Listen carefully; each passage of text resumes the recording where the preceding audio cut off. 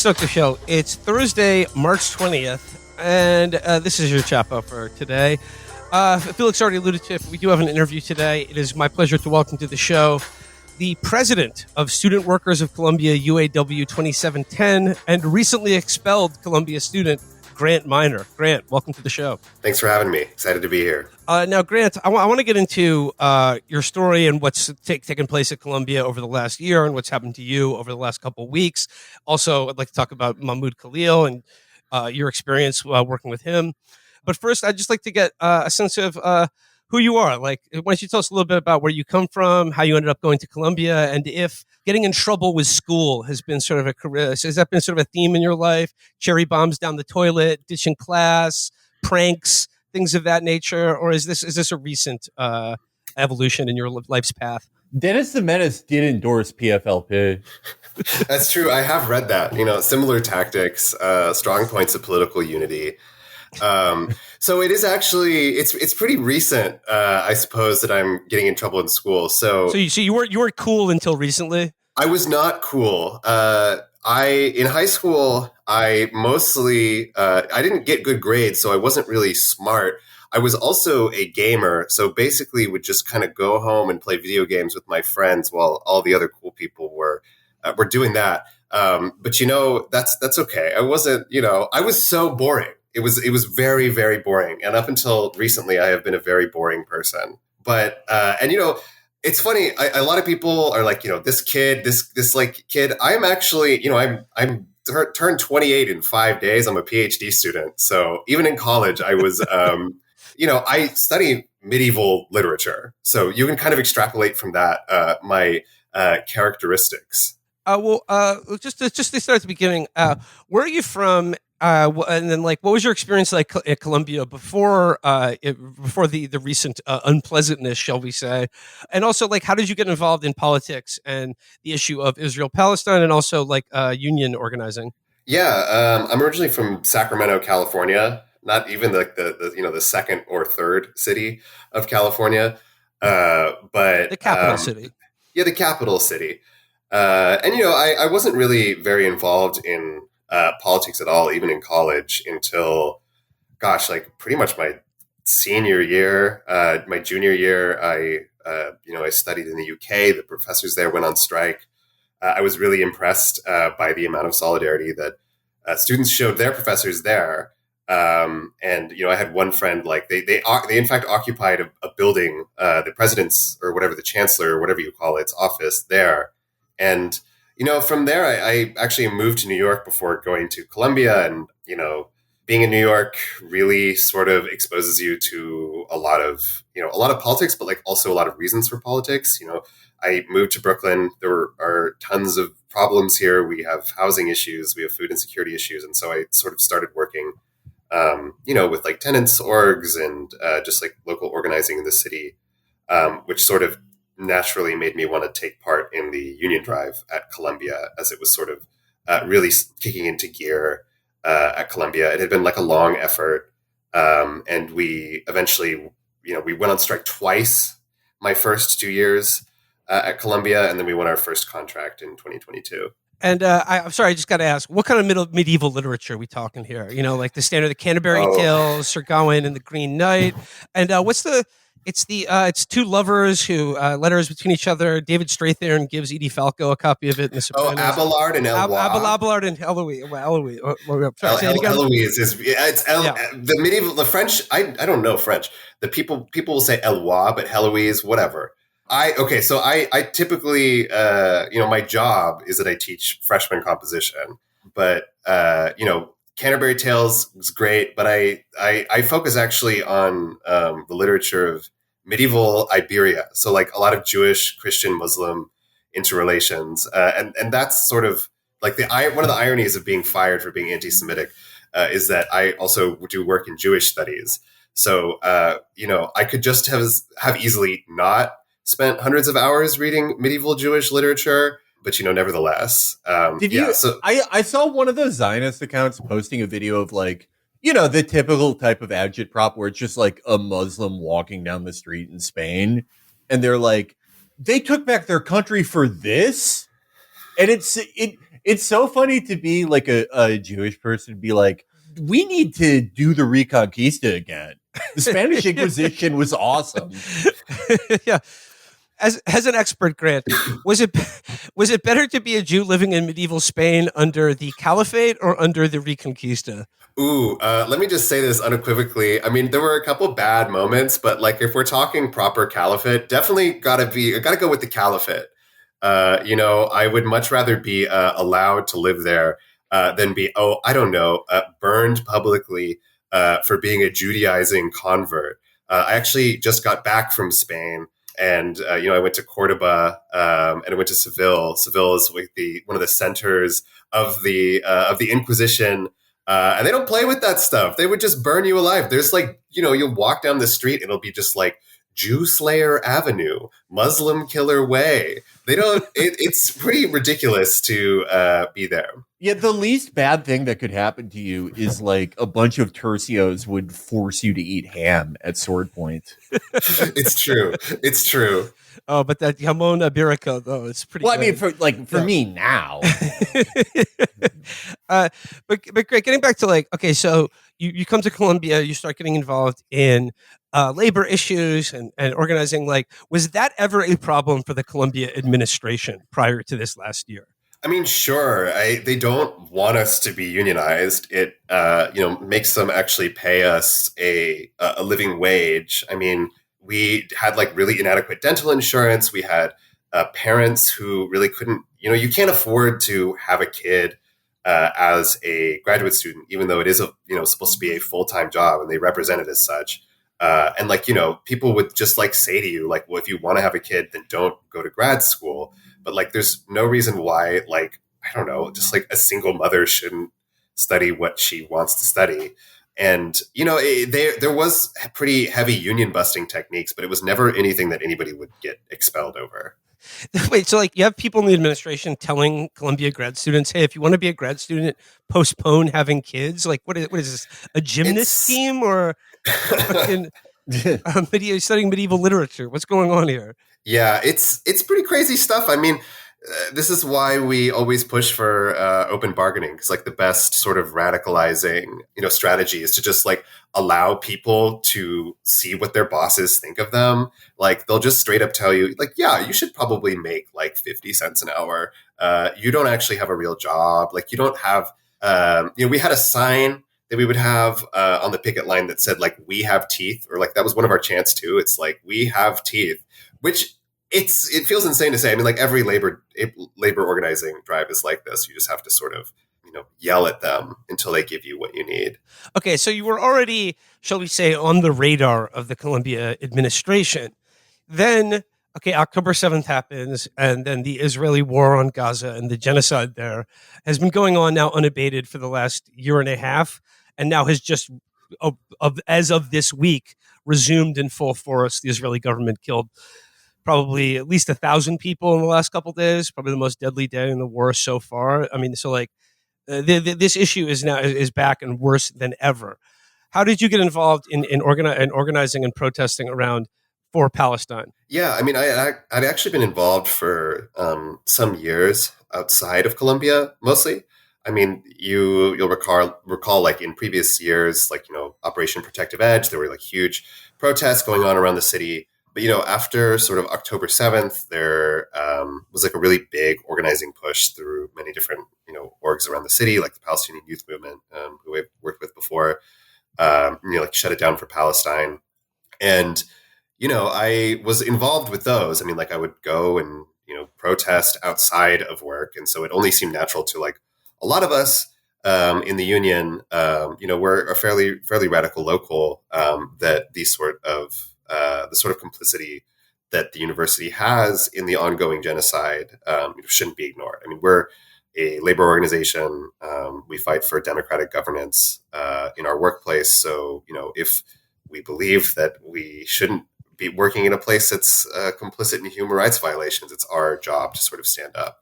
And so there was a large outpouring of support for that in the union, as well as just on campus generally. They banned, famously, SJP and JVP, that's Students for Justice in Palestine, Jewish Voice for Peace, which led to a formation of the Columbia University Apartheid Divest, which back then was a coalition of different groups, of which the union was one.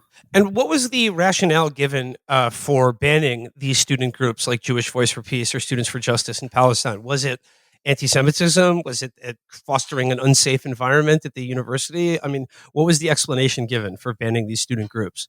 I mean, basically, they put out statements arguing that it's right to resist a colonial occupier. The same thing that everybody else was saying. And they held a protest, and basically they were, I mean, even before the protest, I believe they were banned. It's the charge is always the same. It's like anti-Semitism and breaking rules against hate speech. Okay, so got it. Jewish Voice for Peace banned for anti-Semitism.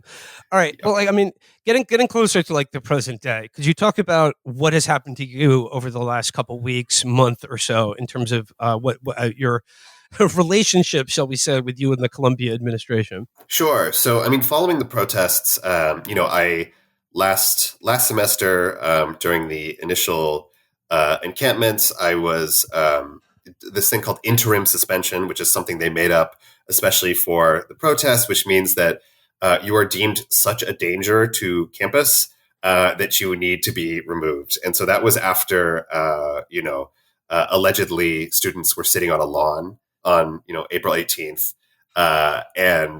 So that was really dangerous. They needed to get me out of there. And so essentially, after that, the protests continued to be held, and basically over the next 9 or 10 months, the charges from the events of the spring were essentially just shunted around to different disciplinary groups on campus. Originally, they were through this real weird black box of an organization called CSSI, the Center for Student Success, and let me just look it up. Innovation. That sounds like one of those weird pop up private tutoring places you see in a strip mall. That's supposed to make it so your kid that has to read out loud doesn't anymore. Yes, the Center for Student Success and Intervention. It's crazy the names they give these different organizations. They actually hired an independent consultant. It was also something that you would expect to see in a strip mall. It was called somebody who worked for something called Riverside Solutions. He was a total stooge. His name is Omar Torres. You can look him up. His only job is this crazy rent-seeking operation where he just goes into colleges and zooms in and helps them punish students. I don't really know why that's a job, but you know what? He's pursuing his dream. So he's like a mercenary Principal Skinner for college students. Exactly. That's the God. I will not protest Israel. I will not protest Israel. I will not protest Israel. Get that on the blackboard. Listen, you crumb bums, if you think I'm impressed, I am not. Oh, brandishing your buttocks is only getting me angrier. Look, there are obviously more consequential things with all of this. But one of the most enlightening things I've seen in the repression of any anti-Zionist views in America is the incredibly undignified ways there are for people to make money. Whether it's paid content or this, the Blackwater of principles for grad students. I think it's 10,000 rungs below being one of those guys who gets paid to pretend to be a pedophile so streamers can force you to drink hot sauce on stream. It's really astounding. I don't know what his sort of core skills are. Basically, I argued that I had something called Weingarten rights, which means that you have to have a union rep with you when you're being interviewed for a disciplinary matter. Of course, he said otherwise. I decided to bring somebody with me anyway. They were not going to let them into the Zoom room, so I just actually brought my union rep with me to the physical location where I was doing the Zoom meeting. And he got so mad, he started just yelling. He had you could see his twitching veins, and in the end, he just kind of hung up. So if you can sort of just be bested by just some random asshole medievalist, I don't really know why you're being hired by what is essentially $1 billion corporation. He's supposed to be like the greatest attention guy in the world. Colombia has like 15 billion fucking dollars. They have billions of dollars invested in private equity firms. They are basically a hedge fund and a university, and they're like, okay, who's like the black ops of who's the guy from Breakfast Club? That guy. And he's not even good at it. He sucks at it. Don't mess with the bull, young man. You'll get the horns. So Grant, like, what reasons did they give to you for your expulsion? In these Zoom meetings or like any conversations you've had with them, like, how did they justify it? Like, what did you say to them, and what was their response? So the occupation of Hins Hall is the sort of reasoning they're giving. And so they don't actually have any evidence for the people they're charging this for this. There's no individualized evidence. They just have CCTV footage of masked individuals, and they basically just have a list of people who they claim were arrested in or around the building and have made their own private judgments as to who was inside. And, I feel compelled to say, like, all this is like alleged, and you're not allowed to use arrest records according to New York state law in any employment or school disciplinary setting. And so their essential argument is that, they're allowed to because they made a copy of them. That's their sort of complicated legal argument. But again, like, there's a reason why in this country we don't use arrest records to prove guilt or innocence. Like, again, like, I have not been found having any criminal wrongdoing, nor has anybody else. And there's just like, they just have an inaccurate list of names that they've made their own private determination about. I'm fascinated by making the issue about the occupation of Hins Hall, because like that same hall has a plaque on it back from this Vietnam era from 1968, where Columbia students occupied and physically took over that building for 2 weeks before they were arrested and kicked out. Like, how is the Columbia University administration attempted to square that circle? Are they coming back around to say that they were right to expel and arrest all those students in the Vietnam era as well? Because the plaque on the building is dedicated to their bravery and courage. I mean, people are calling it the most occupied building of all time. This is now like the fifth time, I believe. There's the 68. There's the South African apartheid protests. There's the ethnic studies occupation in the 90s, which I think that's number 3, and then now this, so maybe 4 times. So yeah, each time that people do this, there hasn't been any sort of disciplinary crackdown like this. And how do they square that circle? I mean, they don't square the circle. I mean, this is what we call the Palestine exception. There's a reason why they are taking such draconian action against this and not the others. It's like because there's pressure on them, and because this is just something that you can do to people in this country. So yeah, like so there were students in a building after closing time, and there were students sitting on a lawn, advertising a political cause. I mean, very frightening stuff here. But like, Grant, like, who do you hold responsible for like your expulsion and like and this crackdown? Like, who in the Columbia community proper is it individual students? Is it donors, trustees, professors, like student groups? Like, who do you hold most responsible for this crackdown at Columbia? Well, so I mean, it's a kind of a confluence of factors here. So obviously, one of the biggest factors is that the DOE, working on Trump's orders, basically, sent a $400 million ransom note to Columbia. And there were 9 sort of preconditions for any further negotiations that they were putting forth. Number 1 was the expulsion or suspension of all students involved in the encampments or the occupation of Hins Hall. And so luckily, the sort of first encampment folks have gotten off with their already time served suspensions, but it's clear that the reason why I was expelled is because Columbia sort of rushed to comply with this letter from Trump, which it's like a mob boss. It's like they're asking for, money this week. And that doesn't mean they're not going to break your legs like 2 weeks down the road when they ask you for $500 more or whatever. Well, first of all, how large? Felix referenced it, but like, how large is Colombia's endowment? I believe I have to look it up again. This is bad. It's in like the billions of dollars. $14.8 billion last time I checked. Yeah. And like,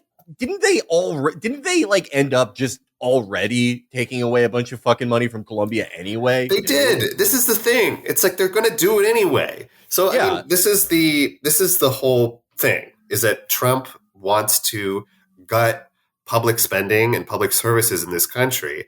And, I won't pretend that like Colombia is like a shining institution that serves the public, but there is real research that benefits a lot of people that gets done at these institutions.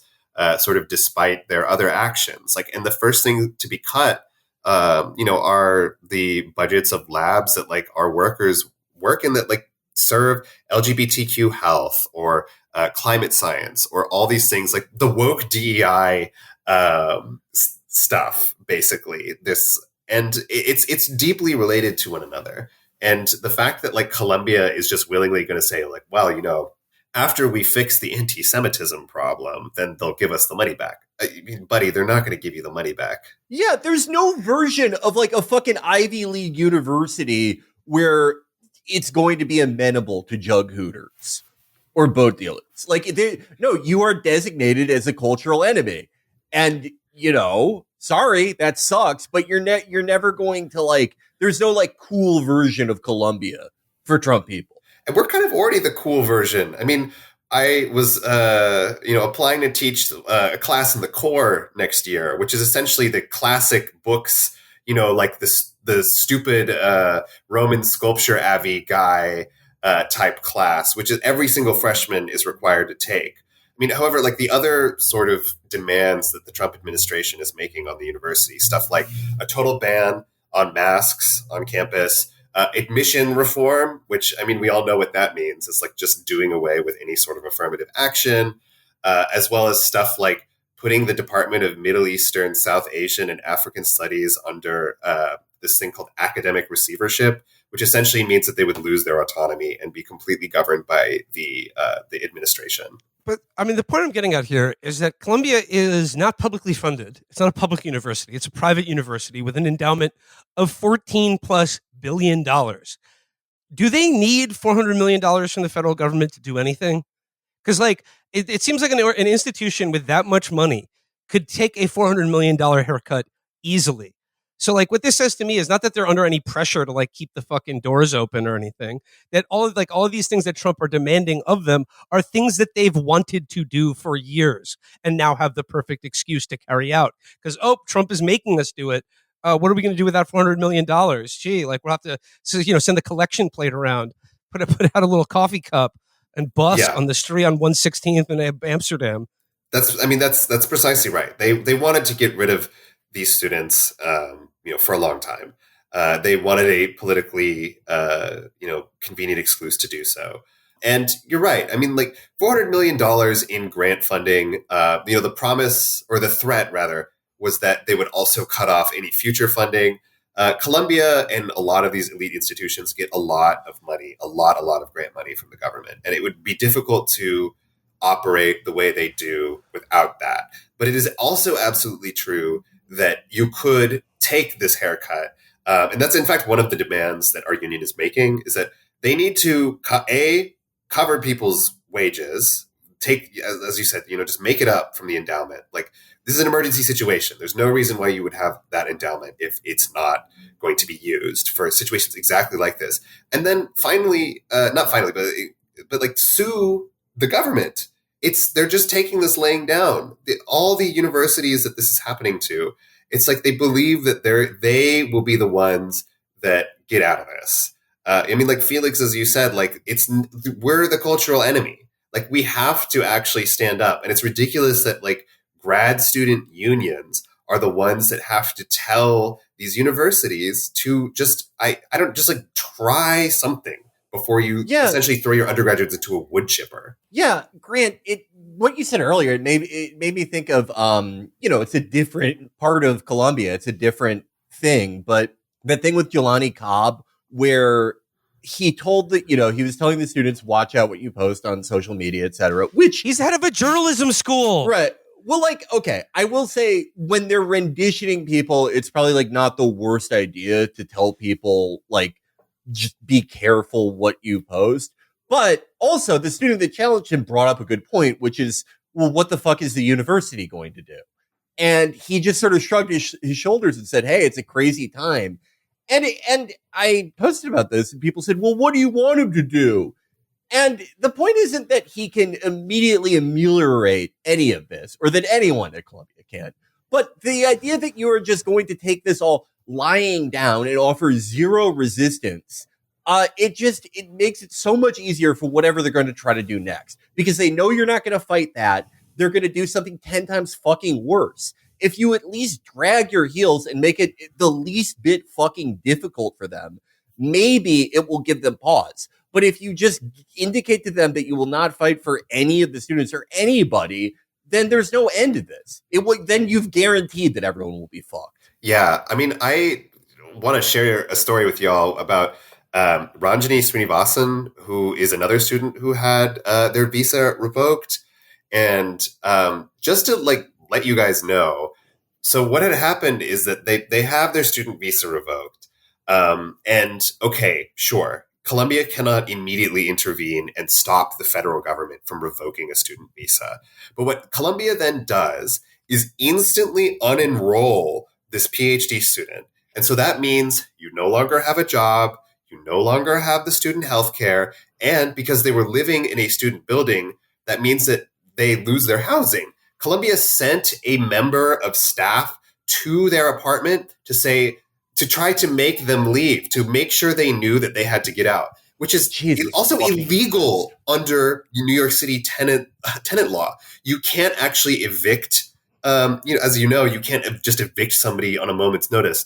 But nevertheless, Colombia, if you lose your student status, will try to do it and try to convince you that you are evicted. I've had to do this with other students who were suspended and expelled. I had to go to their apartment and, talk them through tenant law.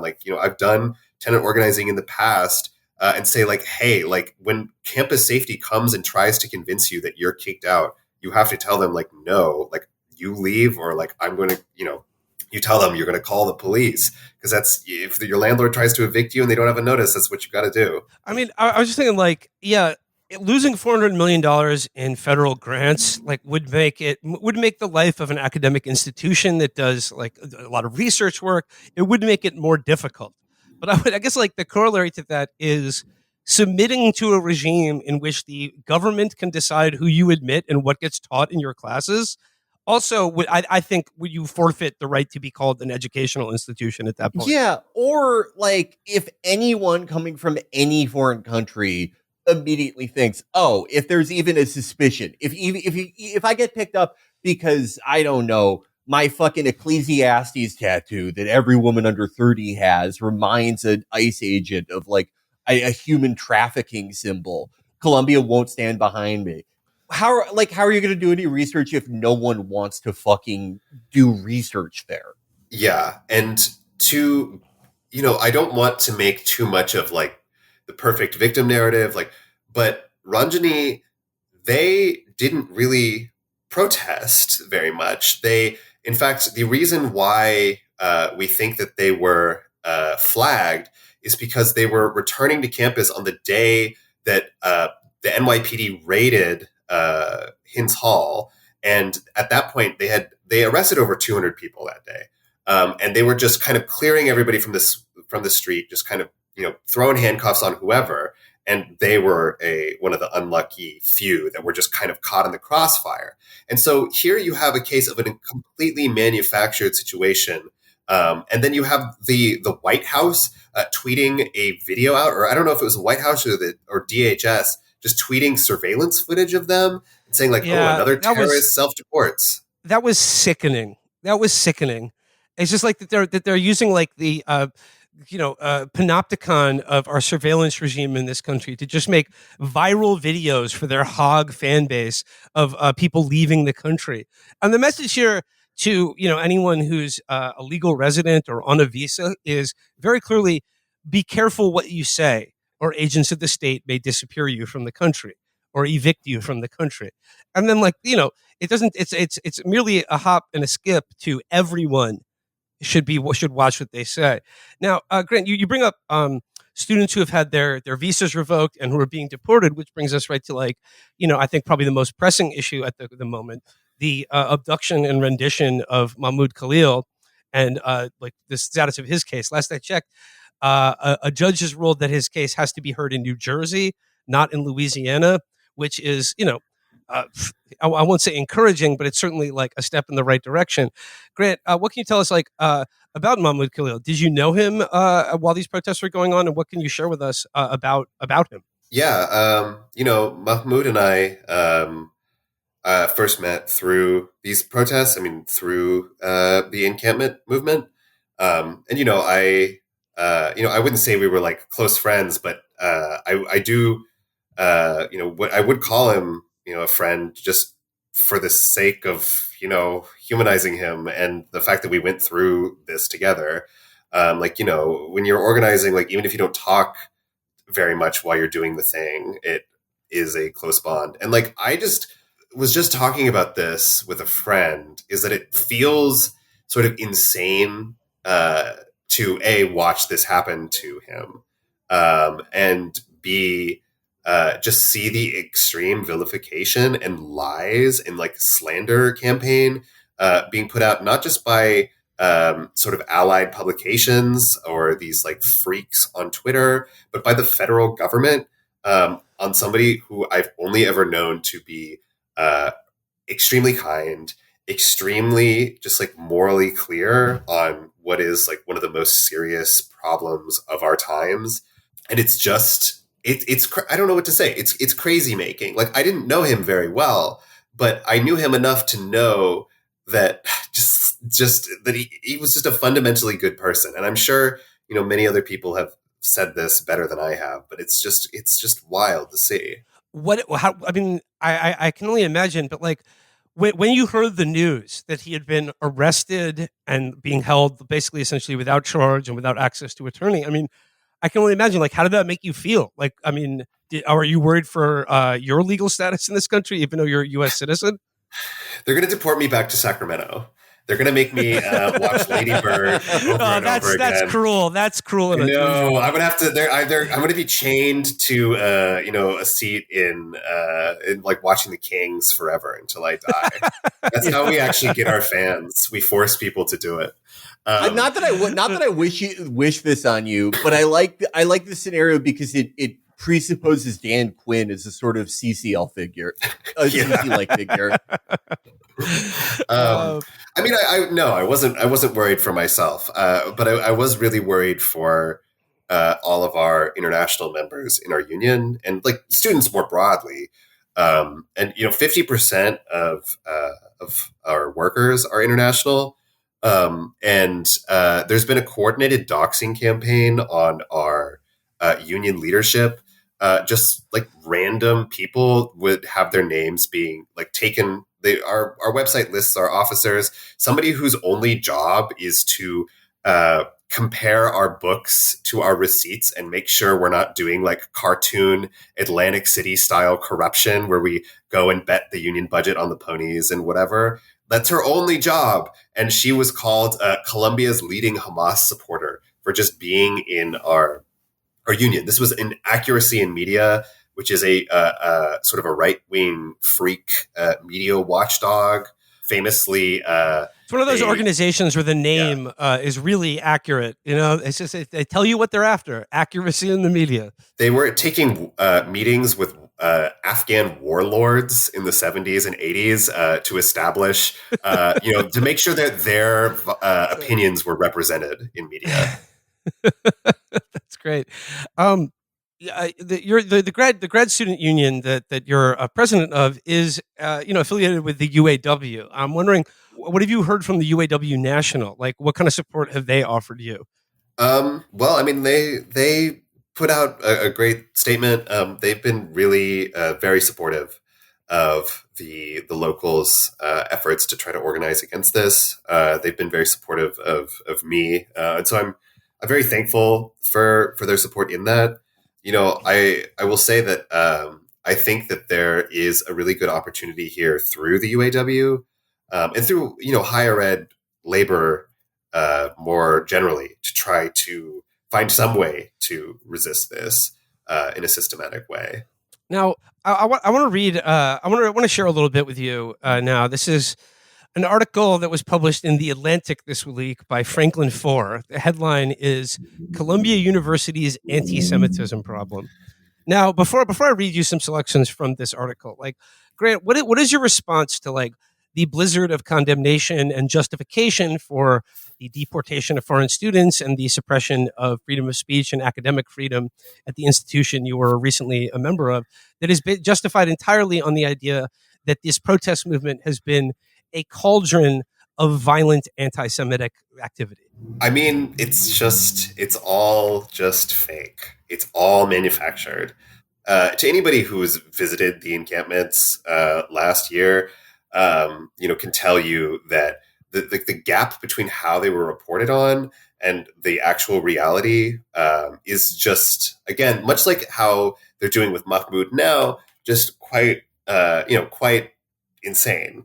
I mean, what the encampments were students sort of sitting on a lawn, and they turn any sort of attempt to say, well, if you go to the Gaza Solidarity Encampment and you're yelling at people and waving a Israeli flag and threatening to dox people and filming people, if you are politely asked to leave, that is essentially establishing sort of a Jew-free zone in which there are many, many Jewish people. Well, I'd like to open with Franklin. Franklin begins his piece as such with probably the funniest first sentence of an article of this sort that I could possibly imagine.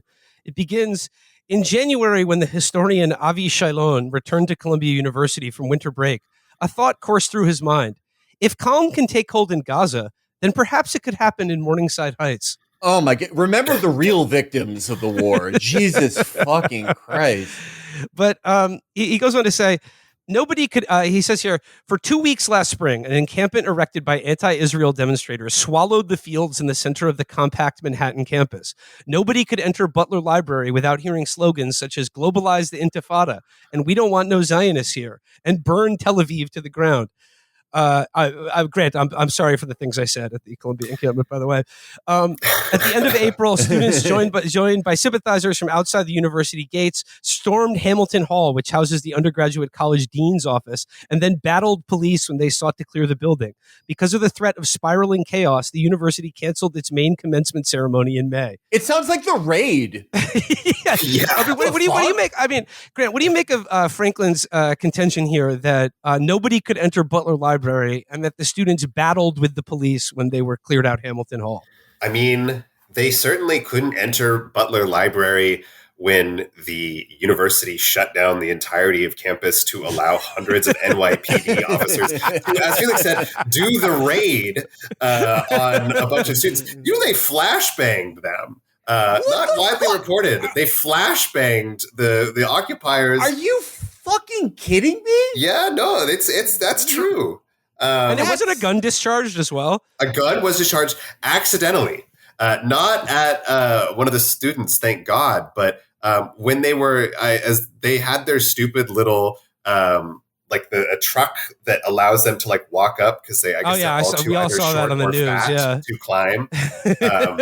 Two stories. So they kick down a door, and I'm sure they discover some sort of kinetic situation, and it scares them, and he accidentally fires a gun into a wall. I just I'm sorry, I'm stuck on the flashbang thing because it's like most people's familiarity with them is in video games. It's the thing you do to stun your enemies if you're doing a non-lethal run. In real life, they could very easily permanently blind, deafen, or kill someone, and have in a lot of fucking cases. And in fact, there are a lot of sub flashbang grenades that SWAT teams use in place just because a flashbang is so it could go so horribly wrong, and they have killed people on so many occasions. That's fucking insane. Like, I don't Yeah. use flashbangs when I play Ready or Not for the most part. Yeah, and Jesus I Christ. won't pretend to know the difference between a sub flashbang or a flashbang, but I can tell you Well, from there's nothing called a sub flashbang, but they're like stun grenades that like aren't as dangerous as flashbangs, I should say. okay. Well, from what I heard, and this is on good authority. Yes, they did use stun grenades on students, which is crazy that we're talking about anti-Semitic violence when people were sent to the When hospital. the NYPD is throwing flashbangs at Jewish Columbia students for sitting in a fucking building. It's completely ridiculous. And now these students who have, some of them went to the hospital. Someone was thrown down a set of stairs by the NYPD. Now they're being expelled because some students reportedly feel sort of unsafe on campus. Well, like, was there any incident of violence enacted on any on any pro-Israel person or any Jewish student by anyone involved in this encampment? No, not to my knowledge. I mean, Okay, so yeah, anybody can come to a phalanx of front. NYPD tanks. Yeah. Were, I suppose, a proportionate response. But I want to get to this point that Franklin makes. He writes, over the past few years, Columbia's institutional life has become more and more absurd. Confronted with a war on the other side of the world, the course of which the university has zero capacity to affect, a broad swath of the community acted as if the school's trustees and administrators could determine the fate of innocent families in Gaza. Because the protesters treated the war as a local issue, they trained their anger on Jewish and Israeli students and faculty, including Shylon, some of whom have been accused of complicity with the genocide some have been accused of complicity with genocide on the basis of their religious affiliation or national origin. What do you make of Franklin's contention that the war in Gaza, that the genocide in Gaza is really like, it's not a local issue and that Columbia can't do anything about it? So essentially all acts of protest against it are just a way to stigmatize and isolate Jewish and Israeli students. Well, I mean, let me put it this way. Colombia has many ways to support the current apartheid regime in Israel. There's financial support through things like the Tel Aviv Global Campus, the dual degree program with Tel Aviv University, which allows for these sort of exchanges of students and cash, as well as like financial investments in Israel through bonds, as well as Israeli companies. But there's also the sort of ideological and political support that these sort of programs give to Israel. I mean, there's an enormously legitimating effect of having like a prestigious American education institution have a campus in your country. This is why Abu Dhabi courted NYU to have their sort of satellite campus there.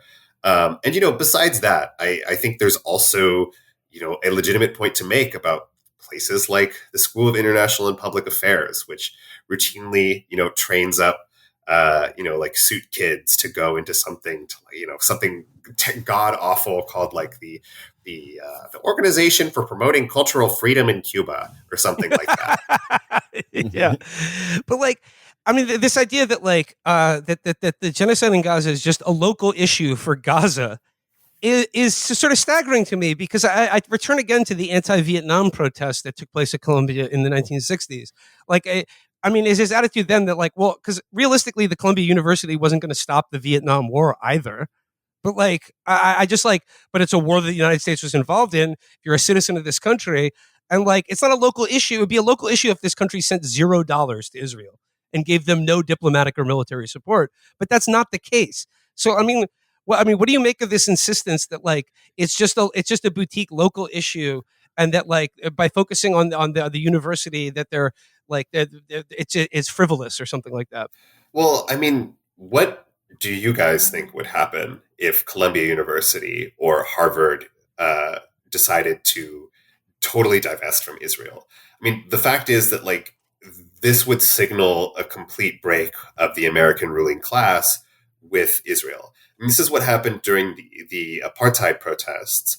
And back then, these sort of ruling classes were sort of divided on this. It became a sort of you couldn't continue to support South Africa under apartheid. It was a PR nightmare. It wasn't very financially profitable anymore. And so that's what allowed the sort of the break with these elite institutions with South Africa. And, the hope is that affecting divestment there will also be able to, schism these sort of elite institutions and the American defense establishment, political establishment at large, from supporting Israel. So it's not a local issue. And, but to some people, it is a local issue. We have Palestinian students. We have Arab students. I know people whose family have been bombed. I mean, Mahmoud has been shot by the IDF. And that's coming out in a documentary soon. It's just ridiculous to pretend like it's just a boutique issue for me to care about a genocide as a Jewish person, but also as somebody who knows Palestinians. It just, that framing of it has always driven me fucking crazy, because it's like, okay, if this is just any other country and it's insane to care about it, if you're not, the fig leaf they give people, well, if you're not Jewish, you're not Palestinian, it's weird to care about it. Okay, then why does it matter if the a candidate for the fucking lieutenant governor of Illinois signed a BDS thing once? Because the proponents certainly don't treat it like a boutique issue. They treat it like it is the single most important fucking thing in the world, because to them it is. Exactly, Felix. And to your point, contra Franklin Foer over here, this idea that he says, the school's trustees couldn't determine the fate of innocent families in Gaza. Like, they really can't do anything about it. Well, it's just like, if this is all just such a frivolous local issue, it should be fairly easy for Colombia to divest from any company currently profiting off the occupation of Palestine. Yeah, and like that is such a intellectually weak argument. I mean, Franklin, he spent the entire first Trump term jacking himself off about how brave he was for standing up to Trump. Well, if your articles couldn't spring families from cages, what was the fucking point of them? Exactly. Yeah. And I don't want to belabor Franklin too much more, but just for Felix, I have to share his experiences at Columbia. Hold on, let me find this. Making out under the bleachers. Yeah. Okay, so he says, only after World War II, when America fought a war against Nazism, did this exclusionary system wither away. Speaking of Jewish quotas, when I attended Columbia for 4 blissful years, a generation or so ago, the school was a Jewish wonderland where I first encountered the pluralism of American Jewish life. I became friends with red diaper babies, kids raised in Jewish socialist family. I dated an Orthodox woman who had converted from evangelical Christianity. Time out. So red card. Pause. So you met the most insane person who's ever lived. What am I supposed to draw from this?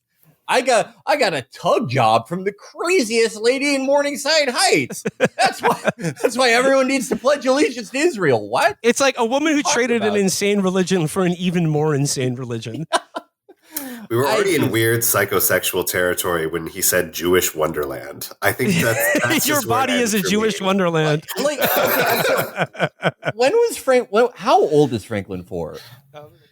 I'm looking it up because it's okay. He was born in 1974. He's making it sound like he grew up in a shtetl, and then when he got to Columbia, he was like, "Oh my God, I don't have to hide my worship anymore." Like, I thought he was at least born in the 50s or something, but 1974.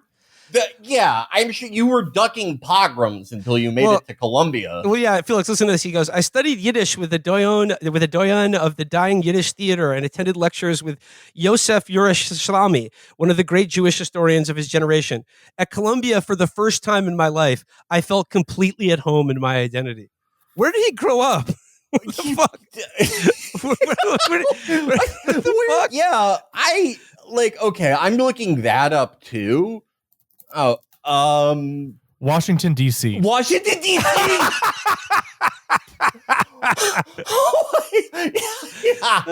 Washington, D.C. in the late 70s and 80s was it was like Bavaria in the 1930s. Yeah, I actually have this guy beat.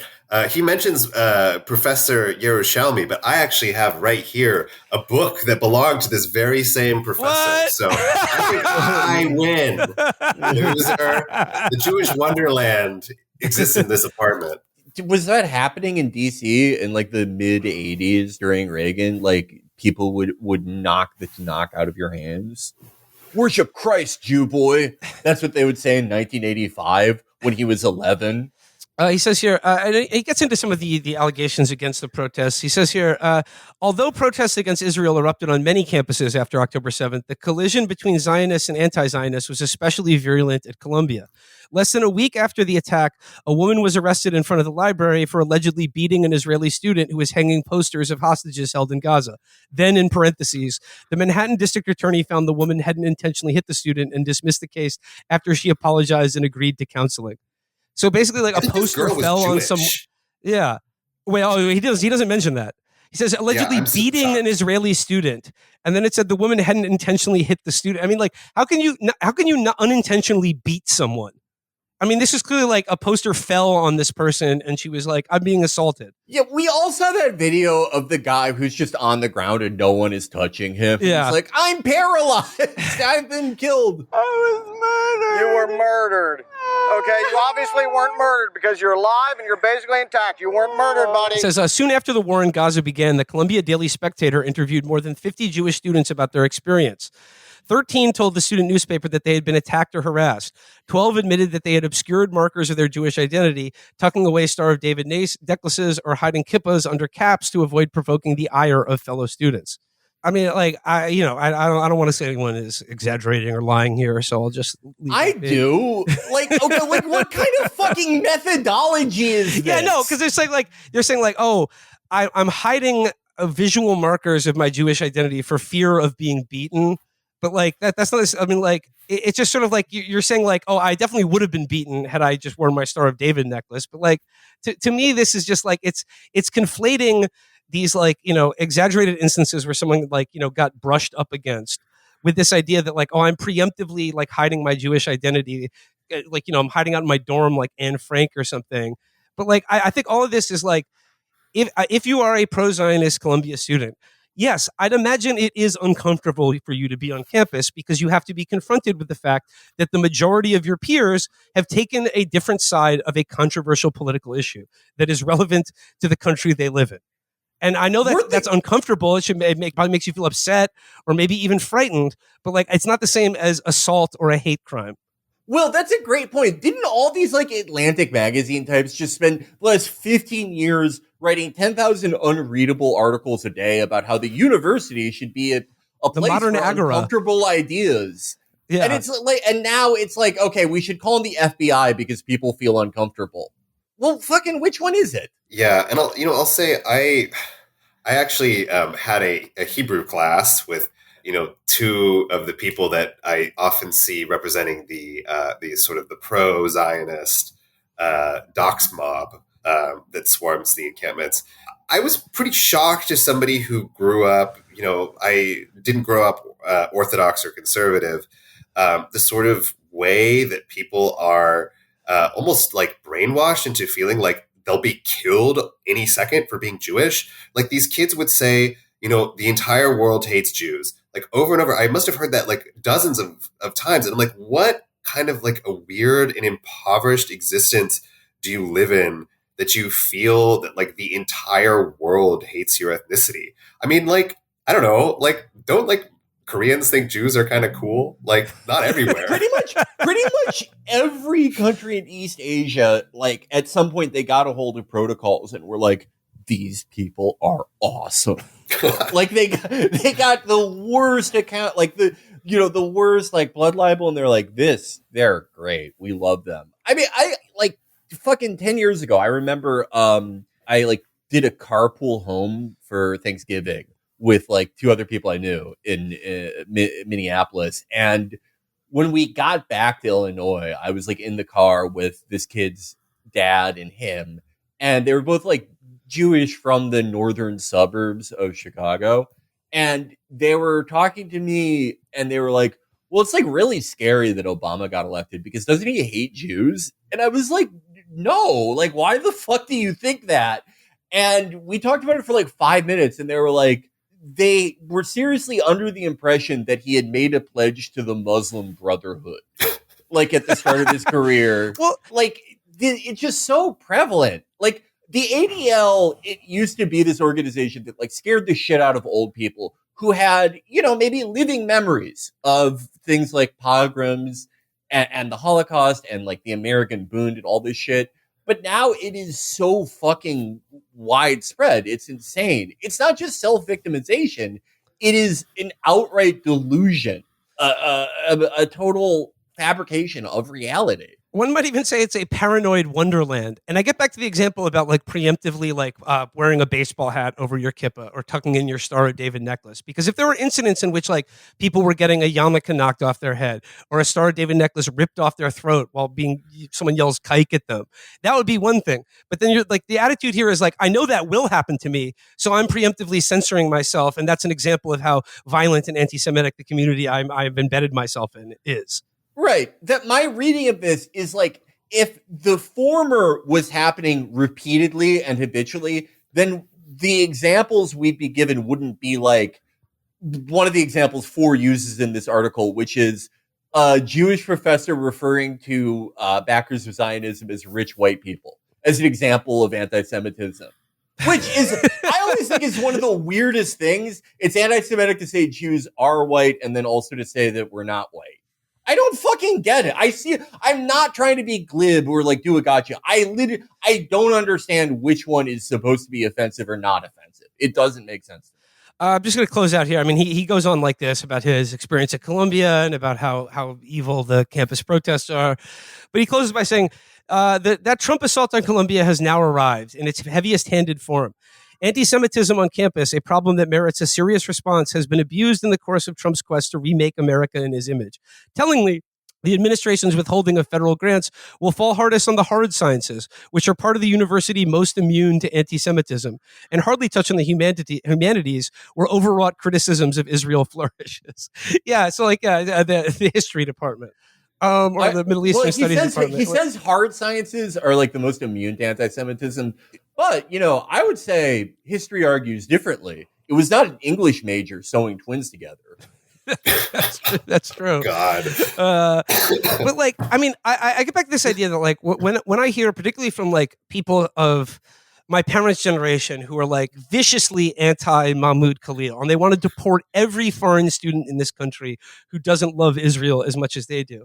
I think like the focus is on foreign-born students who are here on visas, because I think this entire worldview is very dependent on the idea that like the virus of anti-Zionism has been introduced to American culture and American universities by being imported by nefarious foreign actors. And what I think these people can't face up to yet is the fact that like this is an organically held belief among millions and millions of Americans, particularly young Americans, who simply have severed any connection they have with this like ethno-nationalist project, or are simply repelled and disgusted by what's taken place over the last year or so. And then like I think they have to face up to that fact and either get down to deporting U.S. citizens or shut the fuck up. I have one less unrelated news story that I want to get to, but great, just like to sum up here, like where do you stand now in your academic career and your career as a political activist? Like, what has this experience like taught you, if anything, and what are your moves for you and your union, and for like organizing around the issue of Palestinian solidarity on American universities? Where does that stand to you now? Yeah, well, so we have a number of really urgent demands. We have our contract fight coming up. I will remain the president. I mean, as long as they want me. I have 2 years left of my term. And we have to fight to protect our international students. I mean, we're demanding that Columbia stop cooperating with ICE to the fullest extent possible under the law, to train security guards to turn away ICE without a warrant, to stop surveilling us. They installed dozens and dozens, if not hundreds, of new cameras around campus over the past year, just to make sure they can see when students are, approaching any lawn, so they can call the NYPD. And we're the drone zeroing in on the hacky sack. Yes. We got a kinetic situation developing here on the student quad. Exactly. Students are using it. I have friends in Delta Force who still have nightmares about devil sticks. But yeah, I mean, we're also trying to make sure that we fight the cuts. So it's stop the deportations, fight the cuts. More broadly, I mean, this is an attempt by the Trump administration to, we should call it what it is. It's suppressing domestic dissent. It's important that we stand up against that. Like, we have to fight back. And so, I mean, speaking personally, I'm just going to keep continuing doing what I've been doing and trying to organize for, not only a more just campus, but a more just world through, protesting against this genocidal apartheid state. We can't sort of let these crackdowns succeed. And to a certain extent, they've already failed. There's been protests in the streets for Mahmoud over the past, week, like almost every day and across the nation. So, repression breeds resistance. I'm not going to stop. I hope nobody else will stop. And I hope people will hold me to that. As for academic stuff, doesn't feel like the biggest fish to fry, but the support has been really great. And I'm sure if it's meant to happen, I'll finish the PhD somewhere. People have to know about medieval literature. They have to. I never even finished my master's. It's fun. Grant, I am glad you brought that up because I feel, especially in the context of sort of liberal reactions to this, where the reasoning is, well, they have majorities everywhere. They have control of every institution. What's even the point of sticking your neck out? I mean, we've seen them back down on all types of things, whether it is incredibly unpopular and stupid austerity measures or any number of things. That doesn't mean that every fight will be won or that everything will be smooth sailing. But just, again, offering no resistance is pretty much the most surefire way you have of guaranteeing that the worst outcome will happen. A weakness in the face of thuggery like this only invites further aggression. That's a lesson I hear from Israelis all the fucking time. So I'm going to take their word for it in this regard. Will, if we move to another topic, I do feel the need to personally apologize to you because I'll break the news now. One of the major targets of the encampment was Absolute Bagels on the Upper West Side. And we got them, folks. It's closed. I never fucking Absolute. H&H Bagels all the way. Oh, okay. Shoot. Well, they closed not due to protest. They closed just due to everything sucking and your life slowly draining away from you every day you get up. But there'll be, look, I got to say, Grant, the Montreal Bagel, they're making a big push into New York City. And you know what? Like, I think they got a lot of momentum and those Montreal Bagels are very good. I hear they're bringing the heat. Bringing the heat. I've been wanting to try one. All Black Seed Bagels here in Brooklyn. We got a Milan delicatessen. Thank you for the bagel boycott. As long as Tom's Diner and the Cathedral of St. John the Divine remain open, I think my childhood will remain unscathed in this exchange here. That would be such a good Sons of Anarchy storyline. Like they're trying to prevent Montreal Bagels from encroaching in New York. 70,000 people die. All right. So I know this is kind of a heavy episode today, talking about encroaching fascism in this country, but I do have one news story here that came across the newswire today that I just have to read because I love it. It's perfect. This is from the Daily Beast. Leak reveals Trump's full bonkers plan for the Kennedy Center. Trump once again suggested he is the king as he poured over his plans to change the cultural hub in Washington, D.C. Now, one of my favorite things about the Trump administration 2.0 is that he's made a he's like appointed himself head of the Kennedy Center. And it just goes back to to fundamentally understand Trump. He loves the theater. He's a theater diva. He loves the stage. He loves people when they tread the boards. And the first sentence of this is just so good. He says, President Donald Trump wants to introduce non-woke musicals like Cats, honor dead stars from sports and business, and even renovate the Kennedy Center, according to a leaked board meeting recording. Now, Chris, you sent this to me, and the headline was Trump wants to feature non-woke musicals at the Kennedy Center.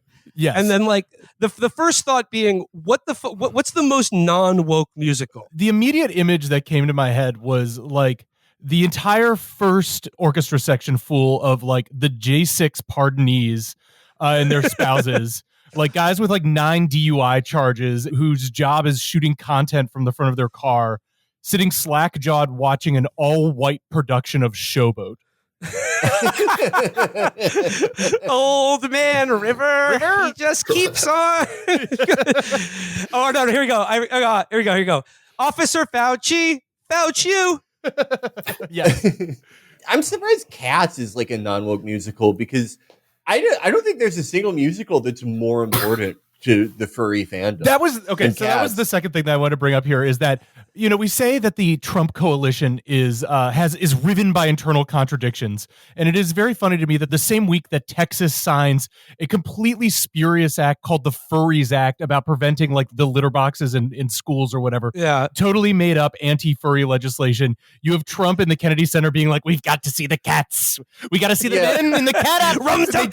Folks, they're calling him Rum Tum Tigger. Folks, he comes in the audience, he touches you. Some people don't like it, but I do. The first furries I ever encountered on the first forum I ever posted on, they were all of them were Bush conservatives, including a guy who lived in Malaysia and never left Malaysia. I mean, talk about history doesn't repeat itself, but it rhymes. We were always like, you live in fucking Malaysia. They're going to kill you for being a furry. Can you stop posting about No Child Left Behind, you fucking idiot? But it was so like every single one was a furry, and they were all super into cats. They loved McCavity from Cats. He's the sexiest one. And in fact, one of them was called McCavity. I have people that can verify all of them. I wonder if they're still conservative and if they feel like betrayed by any of the movement. I didn't leave conservatism. You know, honestly, I think they're probably like those guys whose wives have been like deported by ICE who were like, yeah, it's a fair program. You know, there may be some mistakes, but you know, I'm fine with it. I don't regret my vote. I think this is so funny in light of like the Doge and like slashing government spending and like Trump supporters' belief that like all tax money is just stolen and spent on corrupt things or useless things. And then it's just like Trump's like, a big priority for my administration, renovating the Kennedy Center and putting glamorous movie stars back in cultural light. But it says here, the president started this process by parachuting himself in as the center's chairman in February. Like, you're the president of the United States. Why do you need to be the chairman of the Kennedy Center? He appointed himself chairman of the Kennedy Center. And it says here, he has since gutted the board and installed loyalists to help him in his quest. At his first board meeting Monday as chairman, Trump laid out his... I thought he was looking out for the American people. He's having a board meeting about fucking cats. He goes, at his first board meeting, guys. Yeah. I mean, like, honestly, like, this whole idea of non-woke musicals is just because Hamilton exists. Like, that's the woke musical, so that like every other musical is by definition not woke. Is Cabaret woke? Does that count? That's a very good question, honestly. I think it does count as woke. Well, tomorrow belongs to us. Oh, well. It says here, he says that he would like the center to go in a slightly more conservative in terms of the stars that it honors, according to the recordings. The Kennedy Center Honors, an annual awards ceremony at the site, will be redesigned in his image to push back against the influence on the event from radical left lunatics. The Kennedy Center Honors is such a fake fucking it's like Washington, D.C. is just like, hey, we can have the Oscars too. And they just give a medal to some fucking celebrity. Like, and Trump's just like, oh, let's give Kid Rock one. This is worthy of my time. The Kennedy Center is like, we've performed there. You know, we literally have. I like the idea, though, of an anti-woke Les Miserables, where it's like a Back the Blue thing. Yes. Where it's all about Javert. Javert gets all the scumbags. He cleans up the streets. I would go to see that. All right, I'm pitching Trump a version of Macbeth starring Mel Gibson and Roseanne Barr. Ooh, yeah, and you know who killed the former king. Yes. Says, traditionally, only those in the performing arts sphere are recognized with gongs, but Trump thinks figures in sports, politics, and business could also be honored.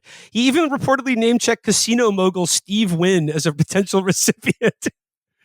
Luciano Pavarotti, Elvis Presley, and Babe Ruth are some names Trump also threw around.